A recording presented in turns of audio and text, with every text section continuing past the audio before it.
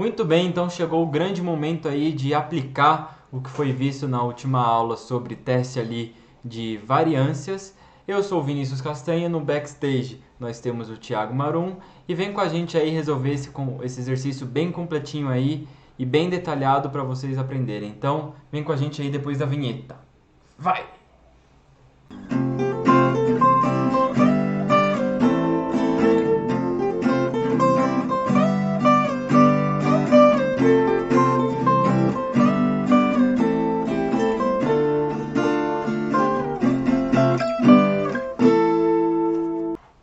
Sejam muito bem-vindos, vocês estão no Educacional THM, diretamente do estúdio da banda. E para não perder o costume, eu já vou fazer aquele pedido para você aí que me assiste, de curtir o vídeo se você gostar, se inscrever no canal se você ainda não é inscrito e compartilhar ali com seus amigos esse nosso trabalho aí para ajudar todo mundo que precisar de um apoio aí, tanto em probabilidade quanto em estatística. Mas sem mais delongas, vamos lá para a nossa lousa digital ver o enunciado de nosso exercício. Um exercício muito especial, um exercício aí preferido do Thiago. Vamos ler ele com muito carinho. Ele diz o seguinte: a qualidade de rebits é tanto maior quanto maior a resistência média e sua homogeneidade. 6 rebits foram ensaiados ao cisalhamento, tendo obtido as seguintes rupturas. Entre parênteses, cargas de ruptura. Aí temos o rebite da marca A e da marca B e 6 amostrinhas lá. Esses resultados ratificam a afirmação do produtor da marca B de que seus rebits são melhores em pelo menos um aspecto, ou seja, se eles são melhores ou na resistência média, ou na homogeneidade, ou nos dois? Bom, muito bem. Vamos perceber aqui, aliás, um primeiro comentário. Se você, assim como eu, não faz ideia do que seja um rebite, não faz ideia do que seja um ensaio de cisalhamento, isso aqui acho que pouco importa. Isso aqui é a área do Thiago aí, que fez engenharia civil, ele pode falar mais. Ele gosta de se gabar nessas coisas, né? Vamos fazer o seguinte, a gente vai colocar aqui em cima uma fotinho do rebite e aqui, tá difícil no backstage, aqui do lado uma fotinho do ensaio de cisalhamento e no link aí um vídeo se o pessoal tiver interesse, mas enfim, é um teste de performance mecânica, entendeu? Comportamento mecânico, o quanto ali uma peça aguenta, entendeu? E a homogeneidade, a regularidade, entendeu? Como as aulas que a gente dá de teoria, que são sempre em média muito elevadas, assim, muito conceituadas e muito homogêneas, não são tão irregulares quanto as de exercício que acabam sendo dadas por outra pessoa. Enfim, eu não vou entrar nesse mérito, já dei minha participação. Se você, assim como eu, não faz ideia do que ele está falando, do que ele está dizendo aí sobre cisalhamento e ruptura, vamos aqui nos ater à estatística, não é mesmo? Que é o que a gente está interessado em aprender e resolver. Mas tudo bem, o Thiago tem seu mérito ali no campo da civil. Mas vamos entender o seguinte: a homogeneidade de um produto está ali associado ao quão disperso ou não os seus valores amostrais, certo? Então, algo mais heterogêneo vai ser algo mais disperso e algo mais homogêneo vai ser algo menos disperso. Então, logo, um teste de variância vai vir a calhar. Já a resistência média passa a ser algo que eu posso resolver com um teste de médias, que é um assunto aí que a gente já viu e já está consolidado aí, eu espero, para nossos espectadores. Bom, eu posso começar com um ou com outro. Eu vou começar com o teste de variância. Por quê? Porque o teste de variância vai me indicar se os parâmetros ou os estimadores são desconhecidos desiguais ou desconhecidos iguais, que é aquilo que a gente viu nas últimas aulinhas, tanto que a gente já fez um exercício bem completo disso aí. E além disso, ele vai me indicar alguma hipótese sobre a homogeneidade das marcas. Bom, sem mais delongas, vamos montar as nossas hipóteses. A gente vai lá fazer aquela chavinha de sempre, o H0 e o H1, o H0 e o H1. O H0 diz que o sigma A ao quadrado é igual ao sigma B ao quadrado, ou seja, eles são homogêneos na mesma medida. Já a hipótese H1 diz que o sigma A ao quadrado é maior que o sigma B ao quadrado, ou seja, se a dispersão do A é maior, então o B é mais homogêneo em relação ao A. Muito bem. Para fazer o nosso teste, é bom a gente primeiro tirar ali tudo que a gente pode do nosso quadrinho ali de dado pelo enunciado. Desse dado, a gente tira aqui o x/A é igual a 36,6, ou seja, se eu somar tudo e dividir pelo número de elementos, o S ao quadrado A, ou seja, a minha variância amostral que eu vou usar nesse teste é 5,02, o x/B, ou seja, a média dos valores relacionados à marca B, dá 40,05 e, por fim, deixa eu puxar aqui para vocês verem, o S ao quadrado da marca B é igual a 3,79. Esses são os dados que eu tiro ali da tabela dada no enunciado. Muito bem, com esses dados em mão, vamos fazer o teste em si. E a primeira coisa que eu vou pedir para a gente fazer no nosso teste, que eu vou guiar aqui vocês, é calcular o valor da minha f, ou seja, da minha variável f, do teste f-Snedecor, amostral, visto aí na última grande aula do Tiago, muito bem dado. E esse valor é nada mais nada menos que a variância de A sobre a variância de B, no caso amostral, porque a gente está trabalhando com os estimadores. Por que que eu pus o A em cima e o B embaixo?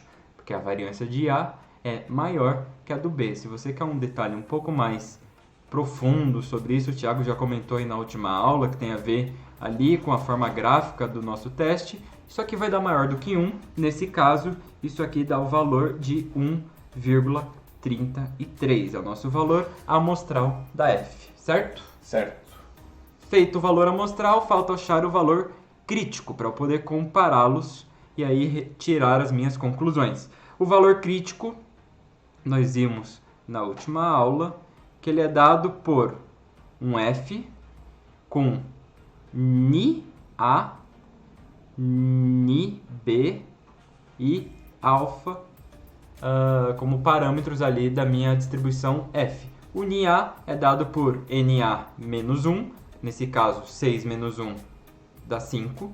O Ni B, NB menos 1, que também vai ser 6 menos 1, que dá 5.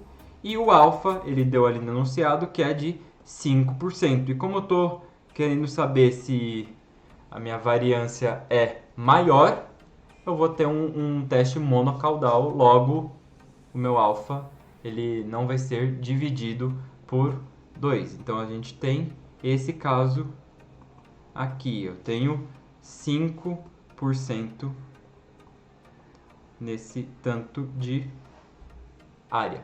Muito bem. Se você for lá na tabela, você vai achar o valor, mas este é o problema. A tabela, como foi ali indicado pelo Thiago, é uma tabela tridimensional, uma tabela nova, uma tabela que não vimos como achar os valores. Portanto, eu vos apresento a tabela f-Snedecor, essa tabela grande, essa tabela assustadora, mas que não deixa de ser mais um trabalho mecânico ali de achar os valores que a gente quer. Primeiro, ele diz aqui em cima os graus Ni1 de liberdade. Nesse caso, o grau do numerador, como ele indica aqui. O grau do numerador é o grau de liberdade de A, que é 5. Nós achamos, então estamos trabalhando nessa coluninha aqui, a coluna 5. Essa linha 5, perdão. Já aqui na coluna do Ni2... 5. É coluna? Eu sou ruim de batalha naval. Já o Ni2, no caso das linhas, a gente vai achar 5 graus de liberdade, também referentes à amostra B, a marca B.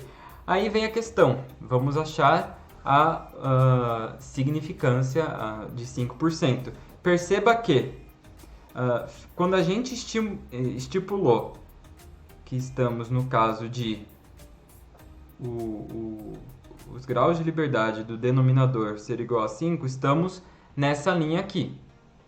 Dentro dessa linha, pegamos a coluna 5. Portanto, estamos trabalhando dentro deste quadrado. Dentro desse quadrado, temos 0,1, 0,05, 0,025 e 0,01 como valores de área ali da minha superfície, do gráfico, como valores de significância. Se eu quisesse uma tabela completa, como era que a gente via, é como eu gosto de falar, essa coisa do tridimensional, a gente está nessa gaveta. Agora, quando eu abrir essa gaveta, eu tenho infinitas possibilidades e essa tabela que a gente está mostrando tem só 4, se eu não me engano, não é mesmo? Mas para cada significância que eu escolher, eu teria uma página dessa, uma tabela dessa. Então é como se eu tivesse infinitas tabelas, né? É que essa aqui calhou de deixar ali 4 valores mais usuais ali, então eu selecionei essa para a gente ter um primeiro contato.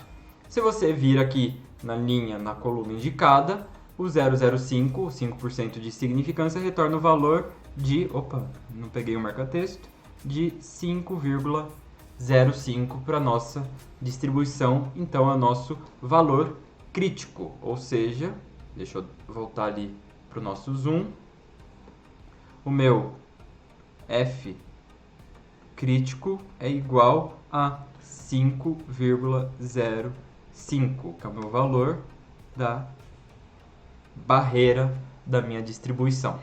Muito bem, deixa eu melhorar esse 5 aqui. Parece o Z do Zorro.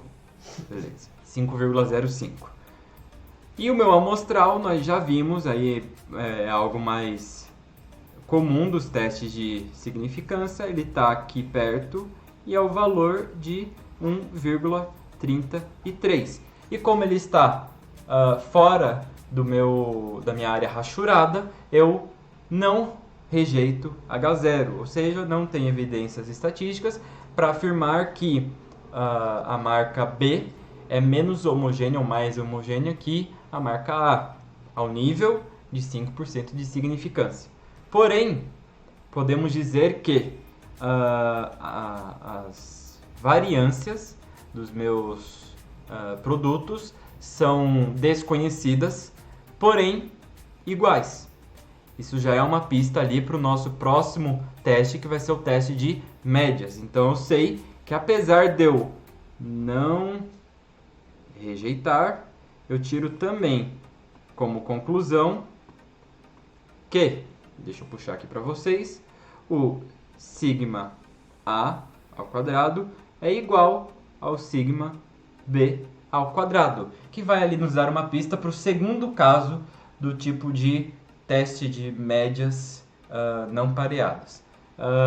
Portanto, como estamos falando dela, vamos fazê-la, ou seja, como já vimos os atributos da homogeneidade, vamos ver agora os atributos referentes à resistência média dos nossos rebits, seja lá o que isso for. Como agora vamos trabalhar com médias, vamos aqui no item 3 do nosso exercício realizar um teste de médias. E se eu vou fazer um teste, eu tenho que estipular as minhas hipóteses. As minhas hipóteses são H0 ou Hzela, dependendo aí da sua fala, e H1. O H0 eu vou dizer que o μB menos o μA é igual a zero, ou seja, as resistências médias são iguais. E embaixo, a minha hipótese alternativa, eu vou dizer que μB menos μA é maior do que zero. E por que eu vou dizer maior do que zero? Porque eu estou querendo, a hipótese alternativa indicada pelo dono ali da marca B é que a sua resistência média é maior do que a resistência média da marca A, ou seja, μB maior do que μA, ou seja, μB menos μA maior do que zero, ali respeitando um certo algebrismo aí que você pode conferir direto aí do seu conforto do lar. Para fazer um teste de médias, você já conhece bem, vamos calcular o nosso valor amostral e o nosso valor crítico. Nosso valor amostral, se você for ali na nossa tabelinha, fizer o x barra A, x barra B, subtraí-los, a gente já deixou indicado ali em cima quais são os valores em laranja. Eu até vou rever aqui com vocês. X barra A é 36,6 e x barra B é 40,05. Realizando essa subtração, nós chegamos no valor amostral da nossa variável de 3,45. Muito bem. Vamos agora calcular o valor crítico da nossa distribuição. E o valor crítico nós já vimos ali na aula de teste de médias para 2 parâmetros, no caso 2, no caso em que os desvios são desconhecidos, porém iguais, nós temos que o valor crítico é dado por uma t-student de NA mais NB menos 2 graus de liberdade, alfa de significância, um estimador ponderado do desvio, SP, o P vem de ponderado, multiplicado pela raiz de 1 sobre NA, somado de 1 sobre NB. Se você não está familiarizado com esta fórmula, eu recomendo ali que você volte nos vídeos anteriores aí que o Thiago deu e que eu dei os exercícios, para relembrar um pouco esse conceito. Se a gente for analisar o nosso contexto, os graus de liberdade NA menos NB menos 2 vai resultar que a gente está trabalhando com uma t-student de 10 graus de liberdade e 5% de confiança. O nosso SP, se você não lembra como calcular, volte ali nas aulas porque não é o foco dessa aula em si, é dado por 2,1. E o NA e NB nós temos, os dois valem 6 e, portanto, temos a nossa continha aí para achar o valor crítico da nossa variável. E como a distribuição t-student já é uma distribuição que eu espero que vocês estejam familiarizados, eu não vou indicar aqui como achar o valor na tabela, porque também já foi indicado em aulas passadas. Eu vou dar o resultado da continha, porque a gente está interessado no resultado do teste. Isso aqui dá um valor crítico de 2,22, ou seja, temos uma t-student. Nossa, eu sou péssimo em desenhar gráfico, mas temos uma t-student em que o valor de barreira indicado em laranja é 2,22, com 5% de significância, e o nosso valor amostral é 3,45, ou seja, o nosso valor amostral está além da barreira estipulada, portanto eu rejeito H0, ou seja, tenho evidências estatísticas que confirmam que a resistência média da marca B é maior do que a resistência média da marca A ao nível de 5% de confiança, de significância. E, portanto, a afirmação do dono da marca B, que diz que seus rebits são melhores em pelo menos um aspecto, é verdadeira. Não é tanto quanto a homogeneidade, mas é melhor em relação à resistência média. Voltando aqui para o estúdio da banda, vamos recapitular um pouco tudo isso que aconteceu, porque foi muita coisa atrás da outra. Para estudar ali os aspectos da homogeneidade, utilizamos um teste de variâncias, um teste F. Descobrimos que as variâncias são iguais ao nível de 5% de significância, portanto, não rejeitamos H0. Ou podem ser consideradas iguais. Podem ser consideradas iguais. Vamos assumi-las iguais para o teste da média. Feito o teste da média, ou seja, um teste de 2 parâmetros com sigma desconhecido, porém considerados iguais, estudamos ali os aspectos relacionados à resistência média e o nosso valor amostral superou o valor de barreira, portanto, rejeitamos H0, que afirmava que as médias eram iguais. Portanto, a média de B é maior do que a média de A, ou seja, o rebite B tem mais resistência mecânica do que o rebite A. Portanto, o fornecedor ali da marca B estava certo, ratificamos a sua informação.